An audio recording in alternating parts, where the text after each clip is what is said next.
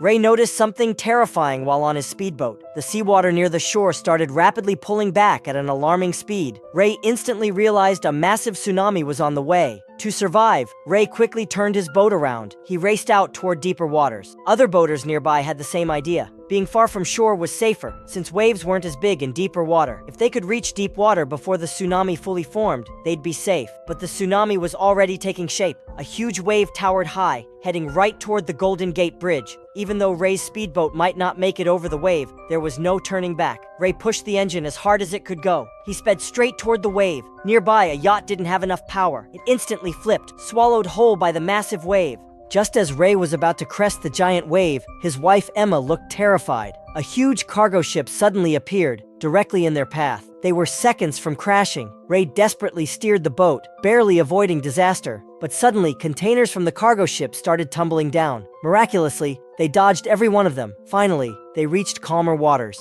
Behind them, the massive cargo ship tipped forward. It crashed into the Golden Gate Bridge along with the gigantic wave. The impact directly struck Daniel, who was driving across. The bridge was instantly destroyed. Then, the giant wave surged rapidly toward San Francisco. People scattered, running for their lives. But there was nowhere to go. Realizing they had no hope, an elderly couple hugged each other tightly. They cherished their final moments together. Others continued running in panic. But compared to nature's power, humans were insignificant. San Francisco was quickly wiped out by the powerful tsunami, and it all started 3 days earlier. At that time, people had no idea the disaster was coming. Tourists excitedly visited the spectacular Hoover Dam as usual. Nearby, an earthquake scientist named Lawrence and his colleague Kim were conducting research. Suddenly, their instruments picked up a huge signal. The dam began to tremble slightly. Seconds later, a massive earthquake struck. Lawrence quickly checked his computer. He was shocked. The quake had reached 7.1 magnitude in just moments. Huge cracks appeared along the dam's walls. It couldn't withstand such intense shaking and began collapsing. People scattered in panic. Kim had just escaped from inside the dam when he spotted a terrified little girl. Kim rushed to save her but ended up trapped in grave danger himself. In his final moment, he threw the girl to safety, but a steel rod pierced his foot,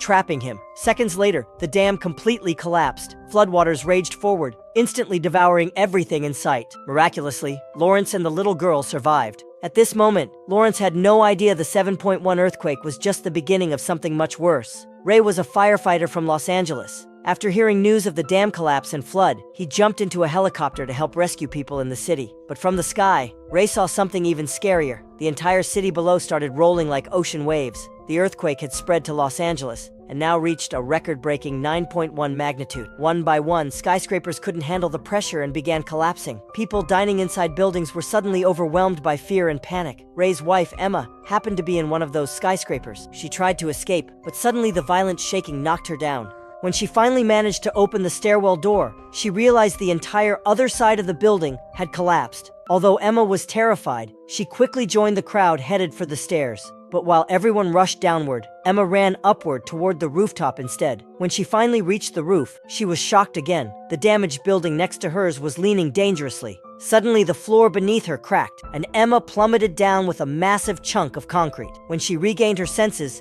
she was surrounded by destruction, but refused to give up. Emma began desperately climbing upward, knowing deep inside her husband Ray would come to save her. Being higher up meant he could find her easier. Sure enough, Ray didn't disappoint her. He quickly reached Emma's building and immediately spotted her. Seeing Emma alive, Ray felt relief. He lowered the rescue basket immediately. Emma rushed forward to grab it, but suddenly, the floor beneath her slipped, almost sending her plunging down 300 feet. Ray noticed something else wrong. The neighboring skyscraper made a terrifying noise, then suddenly collapsed right in front of his eyes. Emma saw a massive cloud of debris rushing toward her and knew her building would be next. She sprinted toward the rescue basket with everything she had, but the dust and debris overwhelmed her. Ray hurriedly pulled the basket up, but it was empty. He panicked instantly. Thankfully, he then heard Emma's voice calling out. Emma had managed to grab onto the bottom of the rescue basket. Ray quickly pulled her up and safely into the helicopter. Just as Ray tried to fly away, another building suddenly collapsed right toward them. Ray reacted instantly, dodging most of the falling debris. But the moment he finally regained control, yet another building crashed down toward them. Thanks to Ray's incredible piloting skills, he and Emma finally managed to escape.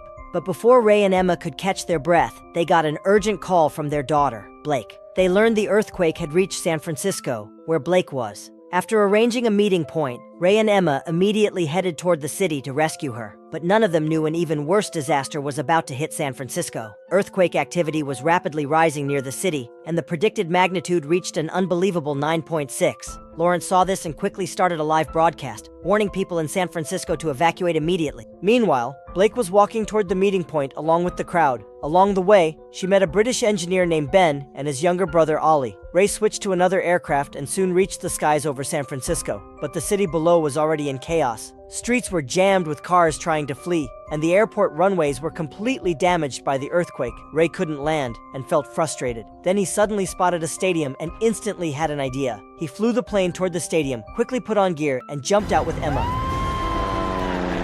The two landed safely inside the stadium. But just then, another quake struck. The massive 9.6 magnitude earthquake they feared had finally arrived. The ground rolled like ocean waves. Buildings and infrastructure were instantly destroyed across the entire city. Thankfully, Ray and Emma survived because they were out in the open. After the quake stopped, Blake prepared to continue to their meeting point. But suddenly, disaster sirens blared again. Through the radio, they learned a giant tsunami was about to hit. To survive, Blake quickly looked for the tallest building nearby. The three immediately ran toward the skyscraper. Seconds later, the ocean rapidly retreated, creating the giant tsunami from the beginning. The Golden Gate Bridge was instantly crushed. Then, the enormous wave roared towards San Francisco, striking the already devastated city with massive force. Blake, Ben, and Ollie had just reached the 10th floor when they saw the terrifying tsunami rushing straight toward them. They quickly found shelter.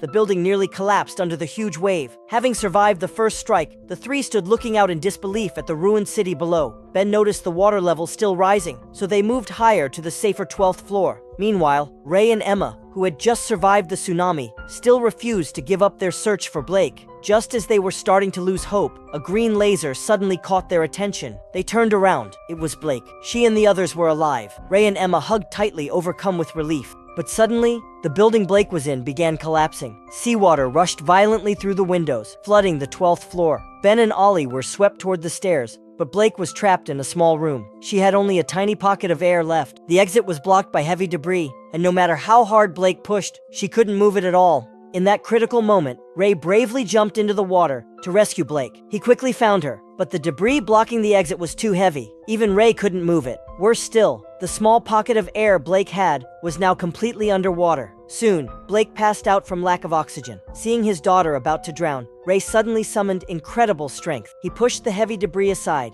and pulled Blake free. They made it to the unflooded 13th floor. Ray immediately started CPR, desperately trying to save Blake. But then, the building began violently shaking again. Knowing the building could collapse at any second, Ben tried smashing the windows with a metal bar. But no matter how hard he hit it, the glass didn't even crack. Emma saw everyone trapped inside and instantly knew what she had to do. Without hesitation, she turned their boat around and crashed directly into the building. The impact shook the building again, and finally, they managed to board the boat. Just as the building collapsed behind them, Ray never stopped performing CPR on Blake. Then, a miracle happened. Blake's heart started beating again. Overjoyed, Ray and Emma hugged their daughter tightly. In the end, the family cherished their lives together more than ever before, and people began rebuilding their city with renewed hope.